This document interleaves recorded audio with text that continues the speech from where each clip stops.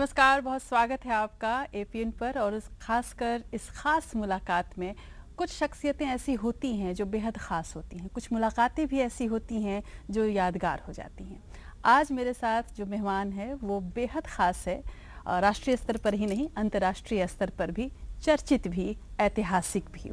जी हाँ, ऐतिहासिक इसलिए कि वो एक ऐसा नाम है जिसने भारत के इतिहास को बदला है, जिसने भारत के भविष्य की नई रोशनी दिखाई थी आज से सालों पहले। मेरे साथ मेरे ख़ास मेहमान आज सैम पित्रोदा। बहुत बहुत स्वागत आपका थैंक यू। सैम पित्रोदा साहब। धन्यवाद, आपने बड़ी अच्छी इंट्रोडक्शन दी। बिल्कुल आप इस इंट्रोडक्शन के लायक हैं, क्योंकि जब आमतौर पर आपको हर एंगल से, हर कोण से देखा गया है, समझा गया है, आपकी बातों को भी आजकल तो बहुत चर्चा में भी हैं आप, बहुत अन्य वजहों से भी। पर एक गुजराती ऐसा भी है हमारे भारत में, खासकर मैं आपको इसके लिए काउंट करूंगी, जिसने बहुत पहले, आमतौर पर तो कहा जाता है कि विजन की बात होती है, पर आप वाकई उस परिवार से आते हैं जो गांधी को केवल इसलिए नहीं मानता था कि वो गुजरात के हैं या उनका नाम नहीं भुनाता था। वाकई आप लोगों ने, आपकी पूरी फैमिली ने, परिवार ने, माता पिता ने उड़ीसा में रहते हुए भी गांधी को अपने अंदर जिंदा रखा और आप लोगों को बाकायदा गांधीयन फिलॉसफी के लिए पढ़ने भेजा। वहाँ से वो सफ़र शुरू होकर अमेरिका तक जाता है। पहले उसी सफ़र से मैं शुरुआत करना चाहती हूँ कि गांधी का कितना प्रभाव रहा आप पर। देखिए, हमारा जन्म हुआ था 1942 में। उस वक्त इंडिपेंडेंस मूवमेंट बड़ी भारी थी और 47 में आज़ादी मिली। हमारे माता पिता गुजराती थे, तो उस वक्त गुजरात के साथ उनका एक ही कनेक्शन था, वो गांधी एंड सरदार पटेल जी। एक न्यूज़पेपर वहाँ आया करता था उड़ीसा में, गुजराती में, हर वीक। तो हर वीक एक खबर मिलती थी उनको। सो पूरा देश गांधी के विचारों से बहुत बहुत प्रभावित हुआ था। सो माता पिता ने सोचा कि बच्चों को गांधीयन वैल्यूज सिखाई जाए। सो घर में बिल्कुल सिंप्लिसिटी, गरीब तो थे सब लोग उस वक्त, लेकिन focus on truth, trust, love, simplicity, sacrifice. हम लोग 8 भाई बहनें थे, तो सेक्रीफाइस की तो जरूरत होती है, बिल्कुल। समझने की जरूरत होती है। So Gandhian ideas were really core of the family. उसकी वजह से फैमिली ऑल्सो फेल्ट कि दे आर मोर गुजराती। तो गांव में तो स्कूल थी नहीं। सो जब सरदार पटेल की डेथ हुई, तब पिताजी ने सोचा कि इनको भेजा जाए गुजरात में पढ़ाई के लिए। तो सरदार पटेल की गांव के पास एक छोटी सी बोर्डिंग स्कूल थी, वल्लभ विद्यानगर में। वहाँ मैं और मेरे बड़े भाई, मैं था 10 साल का, हमारे बड़े भाई थे 13 साल के, हम दोनों स्कूल में दाखिल हुए। उस वक्त फर्स्ट फॉर्मल स्कूलिंग थी। तब तक तो हम घर पे ही पढ़ते थे। वहाँ पढ़े, फिर वहाँ से 5 साल के बाद चले गए बड़ौदा। बड़ौदा में पढ़े कॉलेज में, बीएससी किया, एमएससी किया फिजिक्स में। और पिताजी का यह सपना था कि सब बच्चे अच्छी तरह से पढ़ सके, क्योंकि वो खुद पढ़े नहीं थे। तो पढ़ के फिर हम एक दफ़ा न्यूज़पेपर में पढ़ रहे थे कि प्रेसिडेंट कैनेडी ने एक बड़ा मिशन बनाया है जिससे वो पहले आदमी को चंद्र पे भेजेंगे। तो बड़ा रोमांटिक लगा हमको। तो हम थे 20 ईयर ओल्ड कि बड़ी अच्छी चीज़ है ये। तो बोले हम भी जाएंगे अमेरिका। कुछ ज़्यादा तो समझ थी नहीं दिमाग में जी। तो हमने सोचा कि जैसे तैसे पैसे इकट्ठे करके हम पढ़ेंगे अमेरिका में। हमारे पास मास्टर तो थी, हम बड़े पीएचडी करेंगे फिजिक्स में। तो हमने एक शिप लिया मुंबई से, कराची, एडन, वहाँ से इजिप्ट, फिर वहाँ से इटली, फिर इटली से ट्रेन ली, गए लंदन। लंदन में हमारे साथ एक दोस्त पढ़ती थी, विनोदिनी पटेल। तो हम लोग 5वीं 6ठी में साथ पढ़ते थे। उसके बाद वो चली गई लंदन, तो मेरे पास उनका एड्रेस था, तो हम पहुंच गए उसके घर। जी। She was very nice and then from there we took a plane okay. To go to New York. जी। न्यूयॉर्क से बस लेके शिकागो आए और नई जिंदगी शुरू हुई वहाँ पे। जी। पर जब आप उस वक्त जब आप अमेरिका में गए थे, एक यंग इंडियन, जाहिर सी बात है कि बहुत सारी मुश्किलें रही होंगी। आप जब सफल हो गए उसकी तस्वीरें तो हमारे पास हैं, पर उन मुश्किलों की कुछ ख़ास तस्वीरें जो आपके जहन में आज भी ताज़ा हैं, कौन सी ऐसी चीज़ थी अमेरिका की जिसने आपको सबसे प्रभावित किया, चांद पर जाने के अलावा? और कितना आप भारत को तब कैसे देखते थे? क्योंकि उस वहीं से मुझे लग रहा है कि वो सिरा भी शुरू हुआ जब आपने भारत में एक तरह से सूचना क्रांति लाने की सोची होगी। मैंने कभी जिंदगी में टेलीफोन का यूज नहीं किया था इंडिया में, क्योंकि हम गरीब थे, हमारे पास फोन था नहीं घर पे, और दूसरे किसी के पास जिसके पास फोन था वो बहुत अमीर था हमसे, सो उनसे बात करने की जरूरत नहीं थी हमें। सो हमने पहली बार अमेरिका में फोन यूज किया। उसके साथ बहुत सारी चीजें देखी अमेरिका में, बड़े बड़े रोड, टॉल बिल्डिंग्स। ये 55 साल पहले की बात है। अब तो सब चीजें यहां पे हैं। उस वक्त हमने कभी एयर कंडीशन देखा ना था, न कभी रेफ्रिजरेटर देखा था, न कभी टीवी देखा था। सो हर चीज हमें नई लगी। और अज्ञानता एक बहुत अच्छी चीज है बहुत दफा। बिल्कुल। You know, ignorance is a great asset, क्योंकि उससे आप घबरा नहीं जाते। अगर बहुत जानते हो तो आप घबरा जाते हैं। बिल्कुल। सो हमें तो कुछ पता ही था नहीं, पैसे थे नहीं, $40 लेके गए थे हम। अब जब सोचते हैं वो जमाने का, तो हम मान भी नहीं सकते कि कैसे मूर्ख थे कि वहां पहुंच गए। न किसी से जान पहचान, न पैसे, न ठिकाना, न पता ठंडी क्या होती है, बर्फ क्या होता है। बुद्धू की तरह पहुंच गए। जी। देखिए, जब वहां पहुंचे तब देखा कि अपॉर्चुनिटीज बहुत है, तो मन लगा के अभ्यास किया। उसके बाद हमारी गर्लफ्रेंड थी बड़ौदा में। हम भी जवान थे, रोमांटिक थे उस वक्त, तो मेन फोकस था कि गर्लफ्रेंड को वहां बुला ले, वहां शादी कर ले। जी। तो सबको समझाया, फैमिली में, हमारी फैमिली में, उनकी फैमिली में, थ्रू लेटर्स। जी। Then she came there in 1966 and we got married and started life. Oh, You know, good. we're still married. We had a great marriage and we have 2 wonderful children. In the process, by accident, telecom में काम करने का मौका आया। तो जब 65 में हमने टेलीफोन पर काम शुरू किया अमेरिका में, तब डिजिटल टेक्नोलॉजी बहुत बहुत नई थी। जी। एक बड़ी कंपनी थी जीटी, उसमें 4 लोग डिजिटल टेक्नोलॉजी पे काम करते थे। हमें उसमें एक मौका मिल गया, again by accident. So I have learned that life takes you by accident some place. बिल्कुल। कितना भी आप प्लान करिए, प्लानिंग बहुत काम नहीं करता, लेकिन जैसे मौके आते रहते हैं उस लाइफ में, उसे आप पकड़िए, उसके पे काम करिए, फिर कल क्या होगा किसको पता है। You still have to plan. बिल्कुल। जो गीता की भी थियरी है कि कर्म कीजिए, फल की क्या चिंता करनी है, बिल्कुल। और मेरे ख्याल से आपकी थियरी भी यही है। बट एक और चीज़ बहुत मुझे, क्योंकि हम लोगों ने जब से आंखें खोली हैं और डिजिटल इंडिया का जो सपना हम लोगों ने देखा, और जो हमने देखा है जो कुछ भी हुआ, उसके पीछे एक ही चेहरा था, वो है सैम पित्रोदा का। अमेरिका में सफल होने के बाद 2 चीज़ें मेरे मन में हमेशा आपसे पूछने के लिए थी कि भारत को कैसे जिंदा रखा आपने? आप सफल थे, वहाँ पर सेटल थे, भारत के लिए सोचना, और भारत के लिए ऐसा ही नहीं सोचना कि बस केवल कुछ बदल जाए, बिल्कुल भारत को बदल देना, इसकी तस्वीर राजीव जी के साथ मिलकर। कैसे आपने ये किया और क्या ये भी बस बाय चांस था, कोइंसिडेंट था, या आप सोच समझकर भारत में कुछ परिवर्तन करना चाहते थे? आई थिंक हम सोच समझ के करना चाहते थे, लेकिन क्या करना चाहते थे वो क्लियर नहीं था।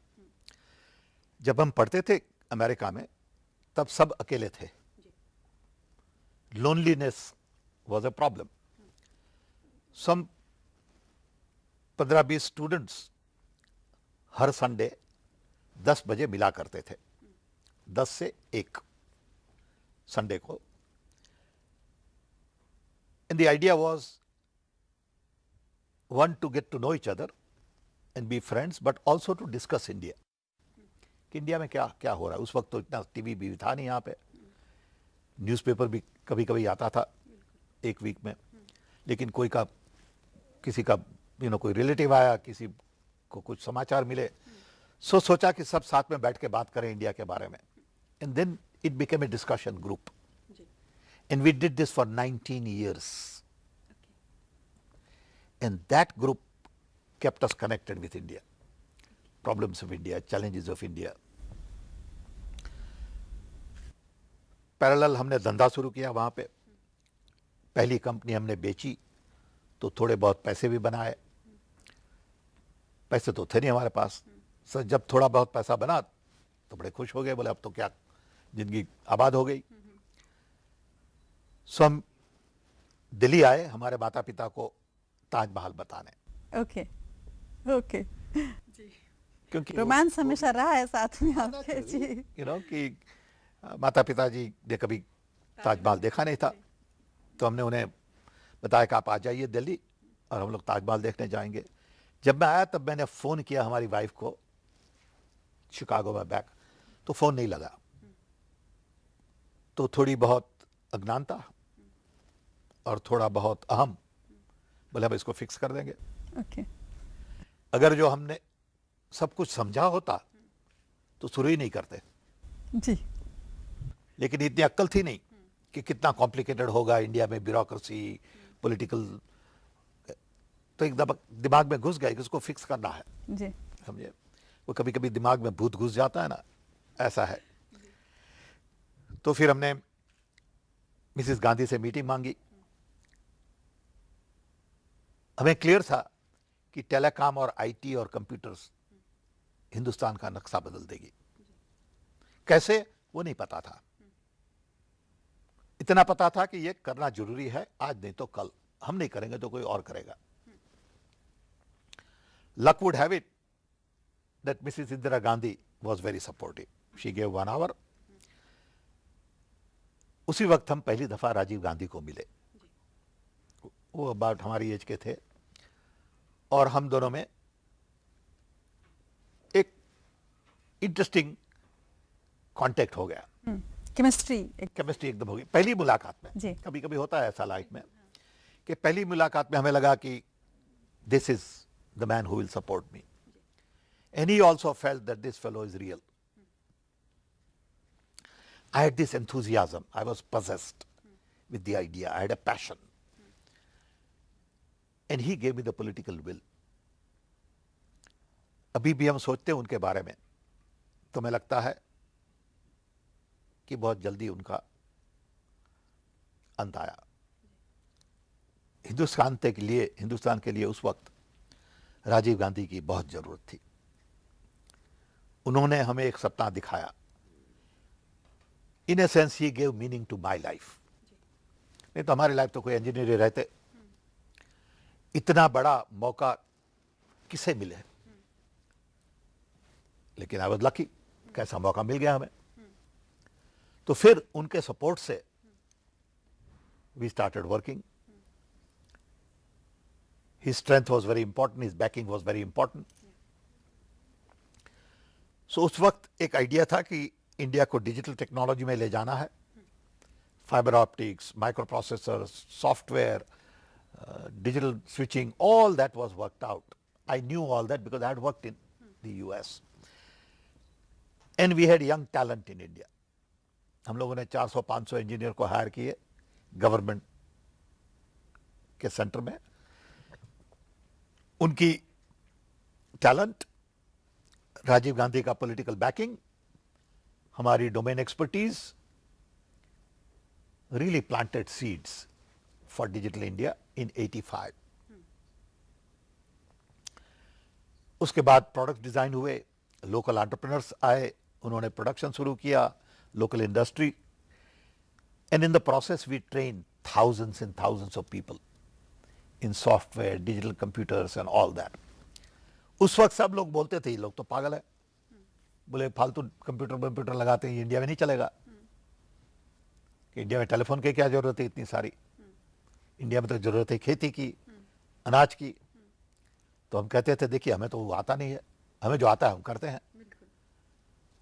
आप बोले कि पानी का प्रॉब्लम है, आप ढूंढिए पानी वाले को, हम तो खाली टेलीफोन जानते हैं, तो हम उसके पर ध्यान देंगे.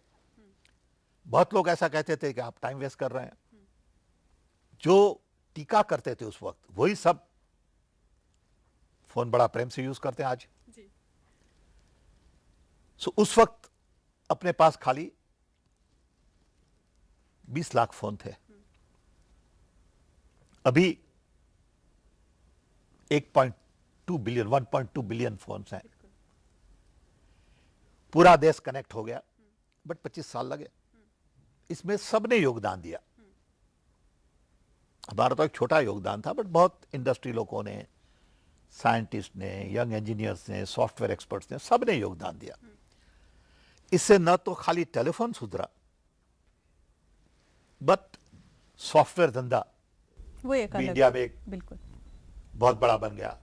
इंडिया की software companies 100 billion 200 billion dollar की कंपनियां बन गई.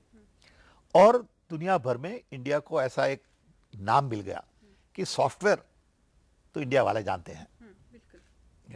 कहीं भी आप जाइए दुनिया में, साउथ अफ्रीका में जाइए, साउथ अमेरिका में जाइए, यूरोप में जाइए, अमेरिका में जाइए, इंडिया रशिया का में जाइए, इंडिया का एक माहौल बन गया सब जगह कि इंडिया यानी सॉफ्टवेयर वाले लोग. और हमारे लोग यंग बहुत सारे बाहर भी गए, उन्होंने बहुत भी उन्नति की. बड़ी बड़ी इंजीनियरिंग कॉलेज बनने लगी, क्योंकि आईआईटी से जो ग्रेजुएट होते थे that wasn't enough. So hundreds of new engineering colleges started and the whole revolution started. बिल्कुल. लेकिन उस क्रांति के बाद आज लगभग जब 30-35 सालों के बाद आप जिस तरह के डिजिटल इंडिया को देख रहे हैं, ऐसा नहीं लगता है कि इस सॉफ्टवेयर की दुनिया में पॉलिटिकल लोगों ने बग्स डाल दिए हैं और इसका जिस तरह से दुरुपयोग हो रहा है, और बयान अगर आप कोई पढ़ा लिखा आदमी, जैसे आपने हाल ही में एक बयान दिया इस पर, उसको भी जिस तरह से घुमा फिरा कर रखा जा रहा है, डू यू थिंक कि इसका हम लोग सही उपयोग नहीं कर रहे हैं, इसका गलत उपयोग ज़्यादा कर रहे हैं? सच है कि कम्युनिकेशन का उपयोग तो ज्ञान बढ़ाने के लिए करना है. एक तो प्रेम बढ़ाने के लिए करना है कि आप अपनी माताजी से बात कर सके, आप अपने दोस्त से बात कर सके, भाई से बात कर सके, किसकी तबीयत ठीक ना हो तो आप उनको पूछ सके. सो एक जोड़ सकें जी. प्रेम के लिए. वो एक बहुत बड़ा काम है टेलीफोन का. Communication is all about connecting with somebody for love and affection basically.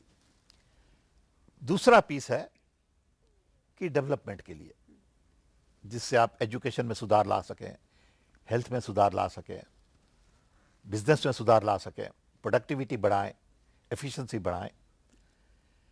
लेकिन अब क्या हुआ इंटरनेट से, एक तो इंफॉर्मेशन का डेमोक्रेटाइजेशन हो गया, सबके पास सब इंफॉर्मेशन है. अब ऐसी पढ़ाई करने की जरूरत नहीं जिसमें आपको रट्टा लगाना पड़े, या तो गूगल कर दीजिए, जवाब आ जाएगा. सो कुछ याद रखने की जरूरत नहीं है. जो पुरानी पढ़ाई थी वो आपको रट्टा लगाना पड़ता कि ये देश में ये प्रदेश की राजधानी क्या है, कोई जरूरत नहीं जानने की, फट गूगल में करिए, जवाब आ जाएगा. सो ज्ञान की प्रथा टेक्नोलॉजी से बदल गई. सोशल मीडिया का जो रियल उपयोग होना चाहिए उसकी वजह अब झूठ फैलाने में बहुत हो रहा है, लोगों को बहकाने में बहुत हो रहा है. हम तो समझते ही हैं कि 5-10 साल में हम सब सीखेंगे जरा कि इसका क्या उपयोग होना चाहिए. अभी तो एक नया खिलौना मिला है हम सबको, तो हम लोग सब खेल रहे हैं नई नई बातें, म्यूजिक सुनते हैं, क्रिकेट देखते हैं, टीवी देखते हैं, फिल्म देखते हैं, गेम्स नई नई खेलते हैं और गप लगाते रहते हैं। सही सही उपयोग इसका क्या होगा सोसाइटी के लिए, समाज के लिए, वो शायद अभी तक हम समझ नहीं पाए हैं। लेकिन एक जो समाज की जब बात चल रही है सैम पित्रोदा साहब, तो आप लोग जब आए, एक तरह से पॉलिटिक्स में भी मैं इसको एंट्री मानूंगी, तो एक ऐसे वो एक नई परंपरा की शुरुआत थी जहाँ पर पढ़े लिखे लोग जिनका बहुत अच्छा करियर है, जिनका बहुत अच्छा भविष्य है, वो भी आ रहे थे सुधार के लिए, कुछ बदलने के लिए, बदलाव के लिए। उस वक्त की राजनीति और आज की राजनीति में आप क्या अंतर पाते हैं? देखिए, जब हम छोटे थे तब थोड़ा बहुत ऐसा समझा हमने कि गांधी जी का जो आइडिया है इंडिया का, वो एक आइडिया बहुत इंपॉर्टेंट है देश के लिए। वो क्या आइडिया था कि United India, diverse India, democratic India, free India. Britisher से आजादी ऐसे नहीं मिली, लेकिन वो आजादी के लिए किसी ने खून भी नहीं बहाया। गन लेकर नहीं पहुंचे थे हम लोग, अहिंसा से हमने आजादी ली।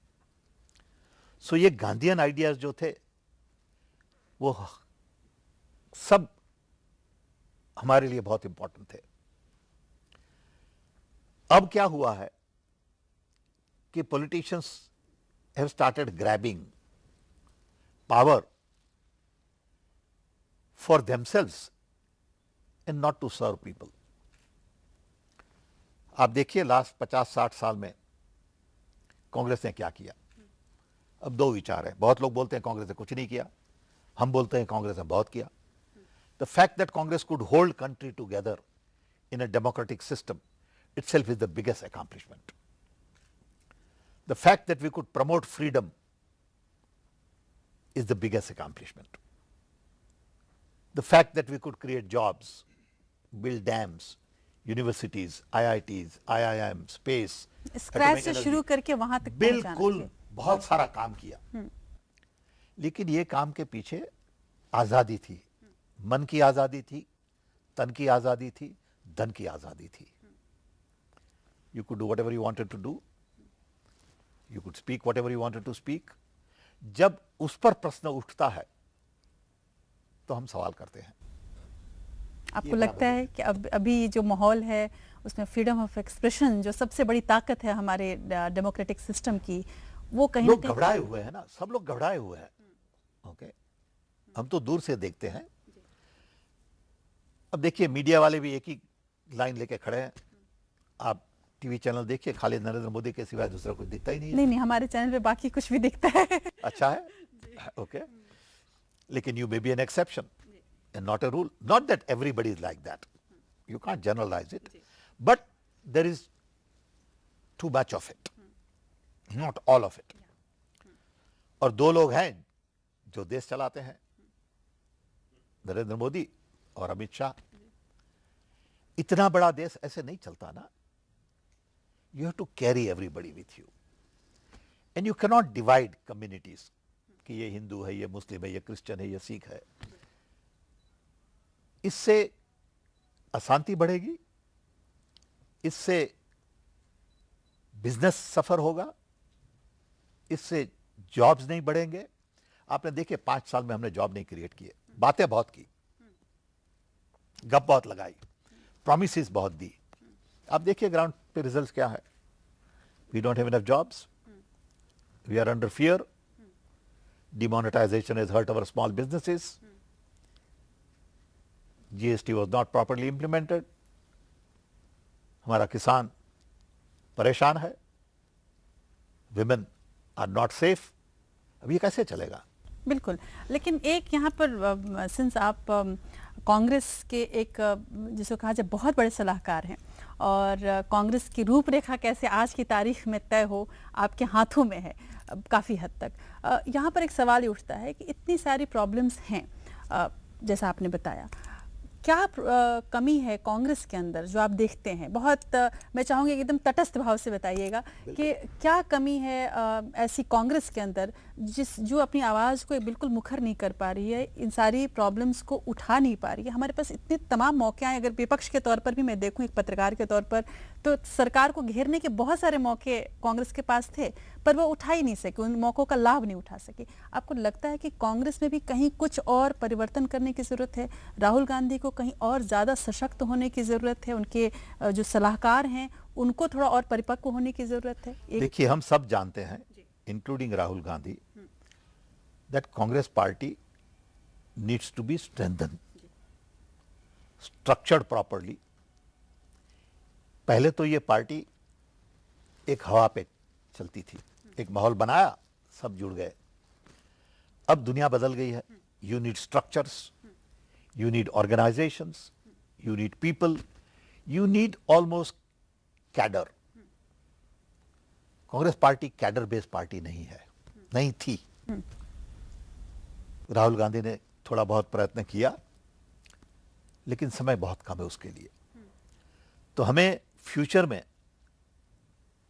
ऐसी पार्टी बनानी है जिसमें वेल डिफाइंड स्ट्रक्चर हो, सबके जॉब्स क्लियर हो, डीसीसी, पीसीसी, बूथ लेवल।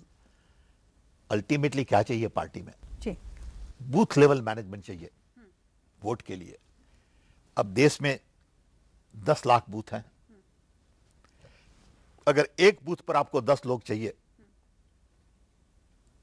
तो आपको 100 लाख लोग चाहिए। उनका एड्रेस, उनका ईमेल, उनका टेलीफोन नंबर सब चाहिए। ये सब चीजें भविष्य में करनी पड़ेगी। बहुत सारा काम बाकी है, लेकिन अभी तो नेक्स्ट 30 डेज में हमें जीतना है। ये वक्त नहीं है कि पार्टी को क्या करेंगे, कैसे कमियों पर सुधारेंगे। ध्यान दें। एक ही चीज, like we used to have stories in Arjun की तरह, जो अर्जुन की तरह एक मछली आंख की देखने, मछली की आंख, उसके पर ध्यान देना है, बाकी कुछ नहीं सुनना। No distraction. लेकिन राह बहुत मुश्किल है पित्रोदा साहब। तो इसीलिए इंटरेस्टिंग है। राह सीधी सादी होती तो इंटरेस्टिंग नहीं होती, तो सब भी कर सकते थे, समझे। लेकिन अब एक और आपसे जानना चाहूंगी कि जिस तरह से मोदी को देखा जाए तो उन्होंने एक मीडिया में, एनआरआईज के बीच में एक माहौल बनाया अपने लिए, अपने आप को इस तरह से स्थापित किया कि विकास की बात करने वाले, अच्छे दिन की बातें करने वाले। हालांकि वो सब कुछ सपना ही रह गया अभी तक, जो ये कहा जाता है विपक्ष के द्वारा। लेकिन क्या वजह रही कि इतना आगे रहने के बाद, आप जैसा सलाहकार होने के बाद भी कांग्रेस इन सब चीज़ों को समझ नहीं पाई? जब राहुल गांधी के पूरे कैरेक्टर को एक तरह से बैश किया गया, सोशल मीडिया पर भी तमाम तरह से, व्हाट्सएप पे इस तरह के मैसेजेस भेजे गए कि राहुल गांधी नहीं पप्पू हैं, इस तरह की बातें कही गई, बट वो प्रॉब्लम कांग्रेस समझ नहीं पाई, अपने नेताओं को एक एक करके ख़त्म होने दिया उसने, और आज इस स्थिति में है कि कोई बात गंभीर भी हो रही है तो उसमें कांग्रेस की अहमियत नहीं रह पा रही। ऐसा नहीं है, ऐसा नहीं है कि कांग्रेस नहीं समझ पाई या देर से समझा। It depends on how you look at it, but let me give you sort of independent view. Doctor Manmohan Singh की गवर्नमेंट में 10 साल में थे, 8 साल बहुत अच्छे गए जी। आखिरी 2 साल टफ थे, not just for Manmohan Singh government but for the world. We grew at the rate of 8% for 8 years, which was phenomenal. और डॉक्टर मनमोहन सिंह अपना ड्रम बजाने वाले नहीं थे। उन्होंने कभी नहीं कहा कि ये मैंने किया। मोदी कुछ भी कोई भी करता है वो कह देते हमने किया। So doctor Manmohan Singh was not for self promotion. Congress party ने जितना भी काम किया उसके बारे में कम बोला, काम ज्यादा किया कम बोला। यहाँ पे एग्जैक्टली उल्टा है, काम कम किया ज्यादा बोले। It's a matter of style. बिल्कुल। okay. फिर लास्ट 2 इयर्स का लोगों ने बहुत उपयोग किया कि कुछ नहीं हुआ, कुछ नहीं हुआ, और अटैक शुरू कर दिए इमीडिएटली। करप्शन, अब देखिए जितने करप्शन से 2G घोटाला कुछ नहीं निकला, कोल घोटाला कुछ नहीं निकला। तो झूठ बोलते रहते हैं लोग और इससे लोग उसकरा जाते हैं, समझे। सो काम चल गया उस वक्त, सोशल मीडिया भी अच्छी तरह से यूज किया और एक आदमी का प्रोजेक्ट किया, it became a presidential mode of election as oppose to parliamentary board of election. Here is a strong man from Gujarat and all. And apparently people bought it, which is okay in democracy. You know, we have to respect people's verdict. We all respected that. But lot of the promises that were made have not been fulfilled. Nothing has been delivered. There was no coal scam. There was no 2G scam. Nobody made 100,000 crores. और whatever the numbers were. So अब लोगों को सोचना है खुद कि ये सब झूठ जरूरी था। लोगों को ध्यान देना है सत्य पे। सत्य क्या है? अभी आप एक आदमी को पैकेज करते हैं, उसके पीछे इट्स ऑल हॉलो। जब गांधी जी जैसे लोगों को किसी ने पैकेज नहीं किया था, हम सबको कहते हैं कि गांधी जी ने जमाने में कोई पीआर एजेंसी नहीं थी, क्योंकि उनके values foundation was very solid. अभी PR agency, you know, TV, social media is all thousands and thousands of crores of rupees is being spent. आप देखिए टीवी क्या, न्यूज़पेपर देखिए, एड आफ्टर एड, बिल्कुल big picture of Modi and everybody. ये पैसे कहां से आते हैं? अब दुनिया को कह रहे हैं कि सब करप्ट है। आपने पैसे कहीं से तो लाए, कहां से आए? कोई पूछता नहीं है, क्योंकि पूछने की हिम्मत कोई में है ही नहीं ना, सब घबराते हैं, समझे। जो सबको एक तरह से हाँ, तो लोगों को समझ, क्योंकि सबको ऐसा लगता है कि हमारे क्लोजेट में स्केलेटन पड़े हैं, तो हम कुछ कहेंगे तो सीधे आ जाएंगे हमारे क्लोजेट में कि बोले ये क्या है, इसके पर दापा लगाएंगे, इसके पर छापा लगाएंगे। अभी चलता रहता है, किसी का घर पे पुलिस पहुंच गई, किसी के घर पे इनकम टैक्स ऑफिसर पहुंच गए, किसी को घबरा दिया। ओके, हमारी खुद की लड़की बेचारी बोल रही है, डैड आप ये क्यों बोलते हैं? मैंने बोला सत्य बोलना जरूरी है, वो हम सीखे थे बचपन में। ये वक्त आ गया कि you have to have courage. Gandhi ji बोलते थे करेज के बारे में। अगर करेज नहीं है तो आप सबके जैसे हैं। तो हम याद करते हैं गांधी जी को, बोलते हैं अभी जो करेज नहीं हुई, तो करेज का मतलब क्या?